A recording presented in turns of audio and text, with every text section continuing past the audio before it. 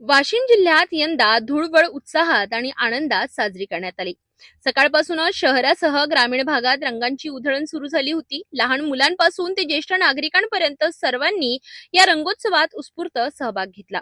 महिला, युवक आणि बच्चे कंपनी मोठ्या संख्येने रस्त्यावर उतरले होते।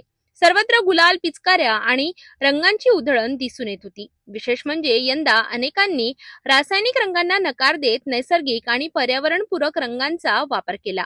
त्यामुळे पर्यावरण संवर्धनाचा संदेशही देण्यात आला। धुळवडीचा आनंद द्विगुणित करण्यासाठी ठिकठिकाणी डीजेची व्यवस्था करण्यात आली होती। लोकप्रिय गाण्यांच्या तालावर युवक युवतींसह महिलांनीही ठेका धरत जल्लोष केला। काही ठिकाणी पारंपरिक ढोल ताशांचाही नाद ऐकायला मिळाला। यावेळी नागरिकांनी एकमेकांना रंग लावत बंधुभाव आणि एकतेचा संदेश दिला। कुठेही अनुचित प्रकार घडू नये यासाठी पोलीस प्रशासनाकडून चोख बंदोबस्त ठेवण्यात आला होता। एकूणच वाशिम जिल्ह्यातील यंदाची धुळवड सुरक्षित, आनंदी आणि पर्यावरणपूरक वातावरणात पार पडली।